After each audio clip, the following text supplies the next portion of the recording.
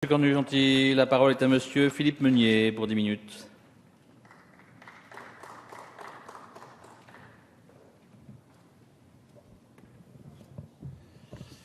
Monsieur le Président, Monsieur le Ministre, Madame et Monsieur les rapporteurs, mes chers collègues.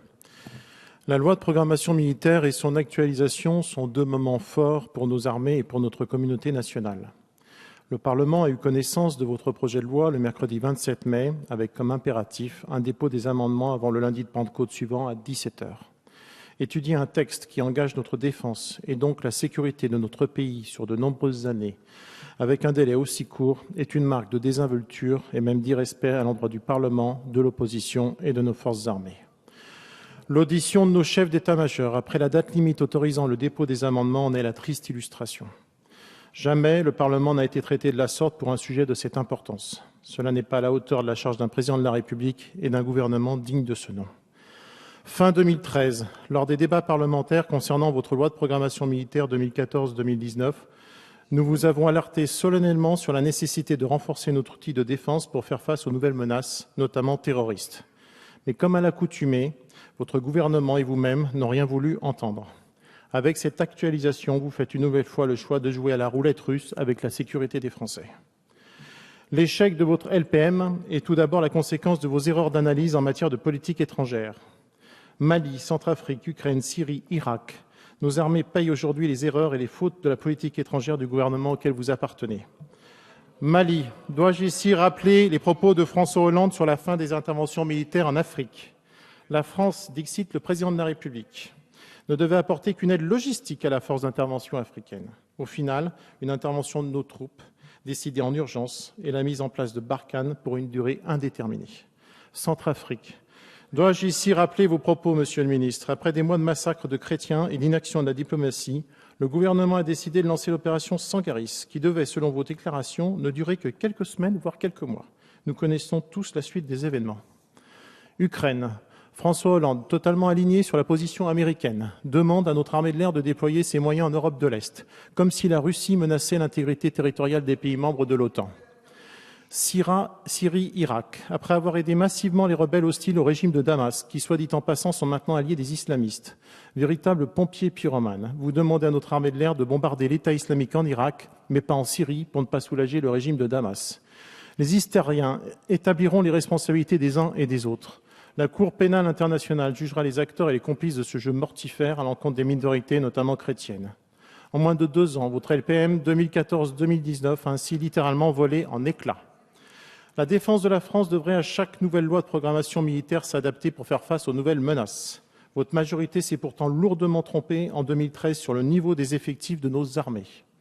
Vous avez fait le choix délibéré de diminuer les effectifs de nos armées de 33 675 postes d'ici fin 2019, tout en finançant en parallèle le recrutement inutile, selon la Cour des comptes, de 60 000 agents supplémentaires pour le compte du ministère de l'Éducation, alors qu'il aurait fallu faire le contraire sur le principe. Aujourd'hui, suite à la pérennisation de l'opération Sentinelle, vous tentez d'éviter la déstructuration de notre armée de terre en réduisant votre déflation de 18 750 hommes. Mais la vérité oblige à dire qu'à l'issue de l'actualisation de votre LPM, nos armées auront moins d'effectifs qu'en 2012, malgré la multiplication des théâtres d'opérations extérieures sur lesquels vous les engagez. L'armée de l'air et la marine, à qui vous demandez un effort considérable en termes de déflation de personnel, sont en limite de rupture. Elles n'ont d'ailleurs toujours pas connaissance de vos arbitrages au sujet de l'évolution de leurs effectifs, alors que nous sommes censés d'en étudier les modalités avec ce projet de loi.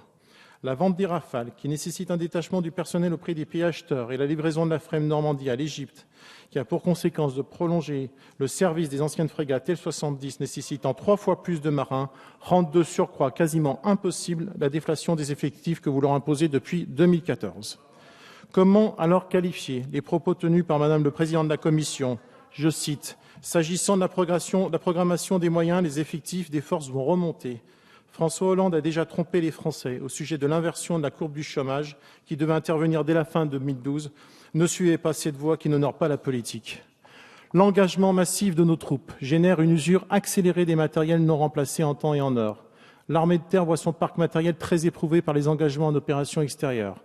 Son capital en matériel est entamé et l'entretien programmé prévu ne réglera pas la question de son ancienneté, à l'image de notre vénérable VAB qui attend d'être remplacé par son successeur du programme Scorpion. Programme dont vous avez décalé l'engagement, faute de budget, comme vous nous l'avez indiqué ici même lors de nos débats au sujet du budget de la Défense 2015. L'armée de l'air engage un nombre d'avions de combat supérieur à son contrat opérationnel. La surutilisation de ces Mirage 2002 oblige par exemple l'état-major à les remplacer par des Mirage 2000C sans pod qualifié, qui exigent la présence sur zone d'un désignateur laser. L'exportation du Rafale aura également des conséquences sur les capacités opérationnelles de nos FAS, qui seront dans l'obligation de prolonger les Mirage 2000. Le retard pris pour le remplacement des Alpha Jet entraîne le décalage du projet Cognac 2016. Cela aura aussi des conséquences sur le coût en fonctionnement de la formation des pilotes et aura donc un impact sur le budget. La Marine verra quant à elle la livraison de ses FREMS se décaler suite à la vente de la frégate FREMS Normandie à l'Égypte. Il faudra attendre 2019 pour récupérer les capacités opérationnelles perdues. La refonte à mi-vie du porte-avions Charles de Gaulle, l'opération majeure, débutera en 2017 et non en 2016, ce qui permettra de reporter la charge financière d'1 an. Les forces sous-marines perdent quant à elles 1 année puisque le premier sous-marin Barracuda ne sera livré qu'en 2018 et non plus en 2017 comme initialement prévu par la LPM 2014-2019. Une augmentation des budgets reportés sur la prochaine majorité. Il suffit de comparer les budgets des années 2014-2015 de votre LPM pour constater à quel point vous laissez à vos successeurs le soin de faire face à vos effets d'annonce. En 2015, le budget reste inchangé. En 2016, dernier budget de votre majorité, une augmentation de 500 millions d'euros est prévue. En 2017, arrivée d'une nouvelle majorité, le budget que vous aurez voté augmente par enchantement de 700 millions par rapport à la LPM initiale. En 2018, 1 milliard de plus. Et en 2019, cerise sur le gâteau, si j'ose m'exprimer ainsi, avec plus de 1,51 milliard d'euros. Plus, la ficelle aurait été vraiment trop grosse. Par rapport à la LPM initiale, les 3,8 milliards du budget supplémentaire que vous annoncez sont donc à l'image de vos anciennes recettes exceptionnelles, un chèque en blanc.